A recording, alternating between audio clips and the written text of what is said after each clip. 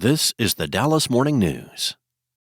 Eat, Drink, DFW from the Dallas Morning News is made possible by Central Market. Hello, and welcome to Eat, Drink, DFW, the podcast from the Dallas Morning News food team. Each week, we take a look at food and drink trends in North Texas, talk about restaurants in Dallas-Fort Worth, learn some new recipes, and sometimes even get tips from you, our listeners.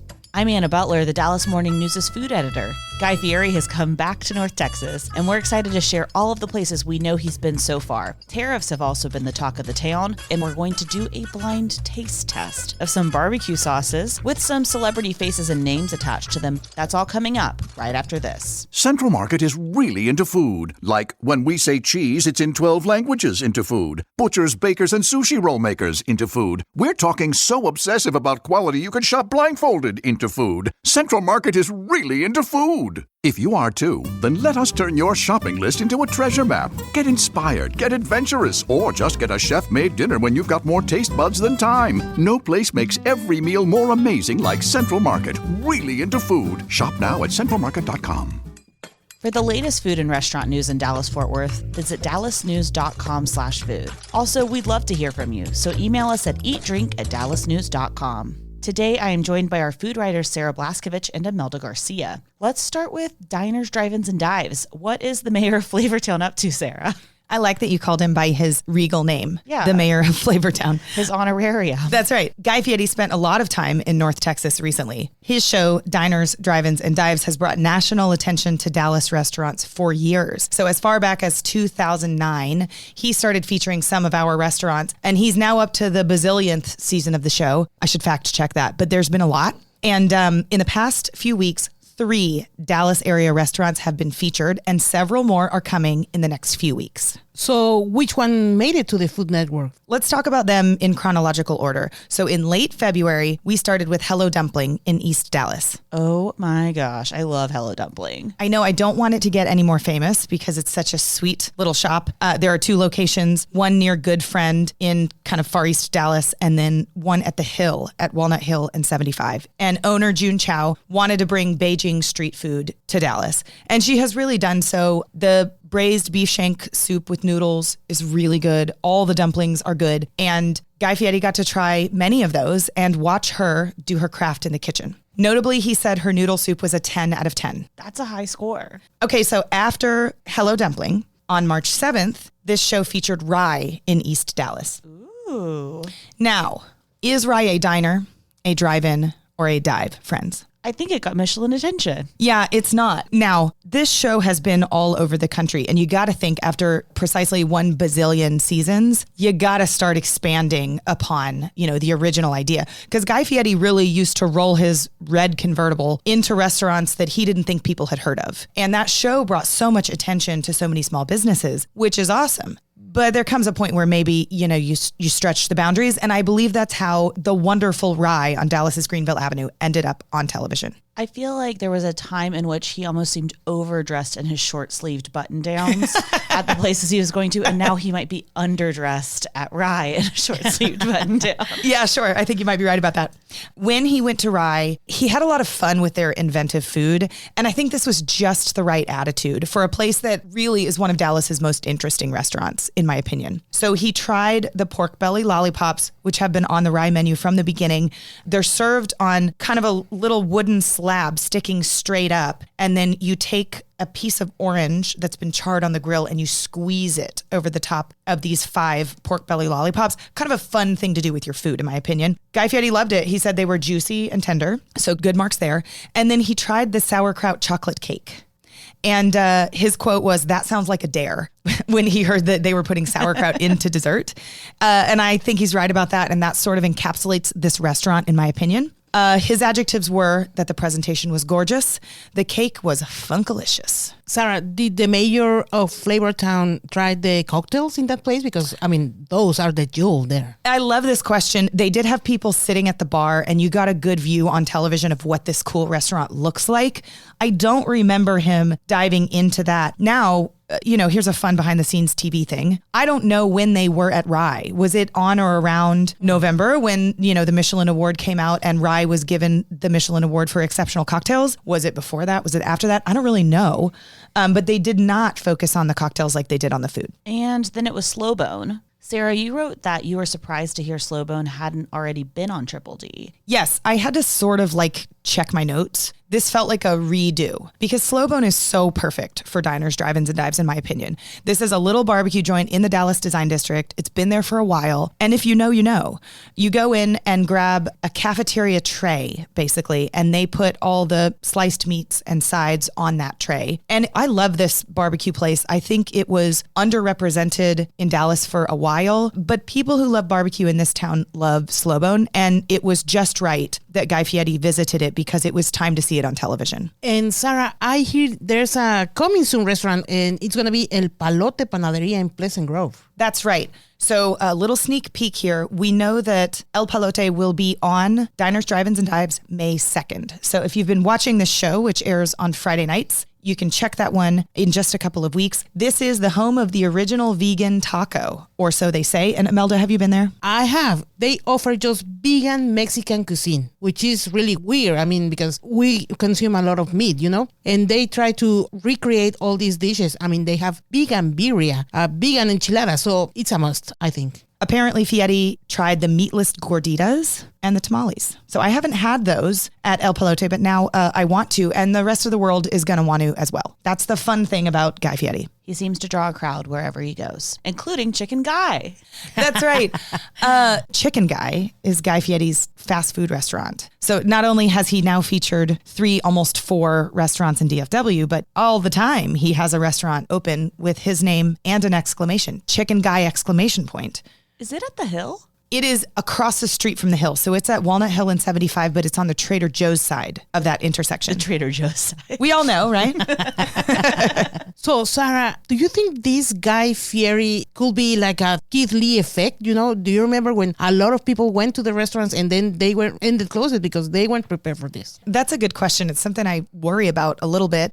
When a small business all of a sudden is on the Food Network for the first time, is this a good thing? Every restaurateur ever would say, yes, we want that guy in our restaurant. He gives everybody an autographed sheet pan, like a silver sheet pan, and then they hang it up on the wall. So you want to walk into a restaurant and see that on the wall. It's cool. But yeah, Imelda, the restaurants that aren't ready, those that can't sustain, a huge influx of traffic could be in trouble. And we saw that happen with Keith Lee as well. I also would just love everybody to think about the differences between an Instagram influencer and a television chef, because these days they probably carry the same weight. And that was absolutely not true 5 years ago. They also tend to have reruns. Yeah. Yes, Anna. And when these reruns feature a Dallas place, chefs have told me they see another influx. It's like they rerun the Pecan Lodge episode and all of a sudden people walk in the door to Pecan Lodge and are like, I saw you on television last week. And they were aired on television years ago for the first time. You can read about all these restaurants by visiting dallasnews.com/food. All right, Imelda, you have now started reporting on tariffs 2 different times and it hasn't worked out. Yes, that has been a nightmare. Oh. Yeah. And not only for me, but for chefs, for restaurateurs, for owners, for everybody involved. Because one day they know that the tariffs are going to be like crazy, like 24% for their imported ingredients. And the next day they are gone for 90 days. So yeah, this is a changing situation and everybody is worried about this. Imelda, did you actually write full news stories and then just not publish them? Yes. Oh, man. And I have talked with a lot of people that are concerned about this. And we have been very close to hit the publish button and then the pause. So, yeah. I think on the consumer side and probably the restaurants too, we're all excited that there is a pause. That being said, I do think that there's a lot of whiplash. This is obviously a developing situation. If these do progress come, 90 days-ish from now, we'll keep you posted on it. But first, we do have an email to share really quick. We had a listener, Kim, email us asking about getting a little bit more soul food on the show, and we are in the process of working on that. But in the meantime, I did ask her about what her favorite spots are for soul food around DFW, and here's what she had to say. Sarah, I'm just going to let you read it. Okay. When I look at soul food, there's some good upscale ones. The one that jumps to the front of my mind is Roots Southern Table. First of all, let's recognize Chef Tiffany Derry for the amazing job she did on Top Chef. She's so personable when you see her out in the community. Her dishes are delicious. There were hyphens in there. I really like that. You all may have mentioned her in an episode before I got started, but this is what I'm thinking. A steakhouse with a soul food mix. Let's try DJ's Steakhouse in Addison. Just yummy. And as a reminder, we do absolutely love hearing from you. We want your feedback. We want your requests. We want your questions. So please email us at eatdrink@dallasnews.com. We're going to take a short break. And when we come back, we're going to do a blind taste test. So get ready. Uh-oh. Whoa.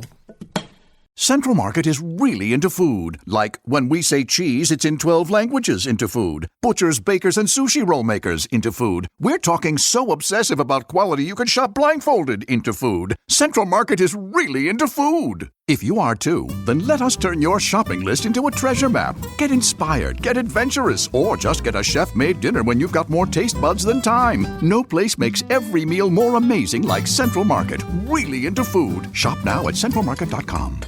Welcome back. We are about to do a blind taste test of some barbecue sauces with some celebrity faces and names attached to them. But first, a quick reminder that giving our podcast a good review helps other people find it. So if you like it, please say so. And put 5 stars in there. So we feel like we keep seeing a bunch of celebrities come out with their own condiments of all things, and we wanted to put them to the test. I personally wanted the most apples to apples comparison I could find, and that actually led me to barbecue sauce. So these barbecue sauces come from Guy Fieri, who we just talked about. There's a new brand from Glen Powell that he is noted as a co-creator on. Smash Kitchen is the name of the brand. We also have a barbecue celebrity hailing from Texas, Aaron Franklin. And then I did want to mix it up a little bit by just adding a generic brand from Walmart, because it's just an interesting Richter scale for me at all times. It's also going to show us how good we are at recognizing whether you should pay more for a celebrity face's barbecue sauce. And it also could be, you know what, this one's really great for dipping, but maybe the Walmart one is okay to use as a marinade or something like that. Sure. So these have all been divided into little plastic containers with letters on top of them. We'll try all the same ones at the same time. We will be using a Ruffles chip. What is that? I mean, in Mexico, they are roofless. No. Yes, Yeah. yes, of course. Well, I'm just guessing here, Anna, that we're using Ruffles because it's the best chip ever. It's the best chip ever, but it's also just a very salty, simple base. I also brought a palate cleanser. We could have gone with a traditional pickle, but then I saw Taka Texas crisp okra pickles, and I love an okra pickle. So you do need something a little bit acidic to break up the sweetness between bites, and this was the best way to go. So let's get going. Let's do it. I love that this is a very Texan show today. Thank you. Is that enough chips? Yes, it is. Okay. Anna just gave us 400 chips and asked if that was Yes. going to be enough to try 4 barbecue sauces. Okay, so we are going to start with all things sauce A. They go A, B, C, D. Pungent. I feel like I'm smelling a touch of vinegar in this one. More than a touch. Definitely some raw tomato. I'm getting Worcestershire. Anna, how do you say that word? You're from a different part of Texas than me. I say Worcester. Really? Julie? How do you say Worcestershire? Worcestershire. Wow. Oh, she does a Worcester. No. I will say something like Worcester. You kind of made it sexy. That'll work. We'll take it. Okay, what do you think of condiment A? It tastes like a tomato, like ketchup. Yes. I'm going to say something that might be controversial, but there is an undertone of coffee in this one. Okay, Anna, let's move on to B. And as you pass those out, I would like to know if you know what each of these are. I knew this morning when I labeled them, and I don't know anymore. Did you write them down or are we just winging it? Oh, they're written down. Okay, this one, condiment B, smells like liquid smoke. Correct. Not in a good way. Hey, guys, please set aside the one that you think is the Walmart one. Okay. So in B, I got a lot of brown sugar and a lot of liquid smoke. It was extremely sweet. The first one had the sweetness of a tomato. The second one has the sweetness of brown sugar, perhaps. The okra is so good. It's the best palate cleanser. Now it's C. This one, not overly sweet. The nose on it, not liquid smoke. I like this one. This tastes like a version of Sweet Baby Ray's, which is a high volume barbecue sauce that I rather like. So it's a compliment. That is a compliment. Yes. I love that it has a little bit of vinegar on it. Yeah, and I like that the spices linger at the end too. All right, last one. This is the easiest taste test we've ever done, Anna. Usually it involves too much sugar or like lots of fried food at the state fair. On site, this one looks perhaps the pepperiest. It is more of a brown color. This one is so sweet. Not getting the pepper at the back that I thought I would. Because visually it looks like you should be getting some. It's a thick boy. Oh my God. This does have the consistency of inexpensive grocery store barbecue sauce. You're thinking KC Masterpiece? I mean, maybe. Can you tell me more about the Walmart brand? Was it Walmart brand barbecue sauce or was it something like a KC or a Sweet Baby Ray's or? It was Great Value brand. Okay, so it was they're- Walmart brand. They're greatest of values. They're cheapest of cheap. You're just trying to watch your pocketbook. I can tell you a fun fact about these. Aaron Franklin's is by far the least caloric. So for 2 tablespoons, it's 35 calories. The Smash Kitchen one and the Great Value brand ones are 60 calories for 2 tablespoons, while the Guy Fieri one is 80 calories for 2 tablespoons and has by far the most added sugar to it. I think I have it figured out. I think it's interesting how similar all of these taste. I mean, even the Great Value version, to know that there are these big names and probably big dollars behind all of them, but that they taste so much alike. Does everyone, though, think they have a superior one? What was the one that they liked best? Julie likes A. I like A too, for what it's worth. I think that one's my favorite. I have a problem here because I mix them all. So now I'm kind of lost. But I think it was letter A also. Yeah. I'm going to decline answering this. I don't have a favorite. I am guessing so hard about who made what. Are you also just really worried that you're going to be like, my favorite's the Walmart brand Great Value? No, I would wear that badge with pride. I think that A was made by Aaron Franklin. It is not my favorite, but I think it matches a profile of a Texas barbecue pitmaster. Which one do we think is the Walmart brand? D. My 2 colleagues picked D. I think D is Guy Fieri because it's the sweetest. And I think he put a lot of sugar into his sauce. I think Walmart is C. I think Walmart is C as well. I'm now going to open my phone and jog my memory. So, A, Franklin barbecue sauce. Yes! The original Texas barbecue sauce. It's supposed to be sweet, peppery, and tomatoey. Yep. And I do know he puts coffee in some of his sauces, so that makes me feel less crazy. B, Who loves liquid smoke? Possibly Glen Powell. This is Glen my guess. Powell loves liquid smoke. Am I right? Wow. That's the Smash Kitchen one. And so it's down to C and D. With 50% of us thinking C is Walmart and 50% thinking D is Walmart, and the other one being Guy Fieri. So the mayor of Flavortown is responsible for barbecue sauce D. I got them all right. Wow. Sarah, you are an expert. Oh, I'm not good at tasting wine, but I'm great with barbecue sauce, it turns out. The Great Value brand, by the way, I would 100% marinate with that. I would put it on something where there's a lot of other stuff going on. Okay, hand me over more okra. Okay, so speaking of barbecue sauce, we've had such great weather in North Texas this week. Have you guys been cooking outside at all? We have been only cooking outside. I feel like for my husband's birthday, we bought him a new Rec Tech smoker, and we have made some of our best backyard grill stuff, maybe ever, in the last few weeks. Wow. But what is a Rec Tech smoker? Does it have anything to do with Texas Tech? I don't think so. It's spelled RECTEQ. So sorry about that. It just feels like Wreck-'em Tech. Maybe it is. This is a wood pellet grill and smoker. It is a competitor to Traeger, for anyone listening who's familiar with that brand. I would guess that Traeger's a bigger smoker brand than Rec Tech. And I don't really know the differences between the two, but I'll note that we are backyard cook people and we have added this to our family of cookers. So my family already has a Big Green Egg, which is a ceramic cooker that you use charcoal on to smoke meat or cook steaks. We have a gas grill for the quicker stuff like fajitas and veggies. We have a pizza oven. And do we need another grill out there, you might ask? And I would say yes. Well, what have you made with this that you couldn't with other things? The very first thing we made was bone-in, skin-on chicken. And it was a weeknight. So just looking for a healthy, fairly simple thing to cook outside. We used oak pellets so that you can get that oak smoke flavor. We coated 2 chicken breasts in 2 different barbecue rubs just so we could compare them.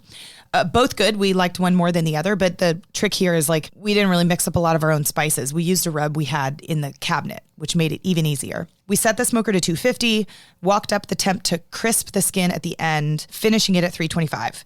And the cook was about 90 minutes, and it produced chicken that was juicier than we have ever made before, which is really saying something because chicken, though pretty good for you, can be bad if you cook it wrong.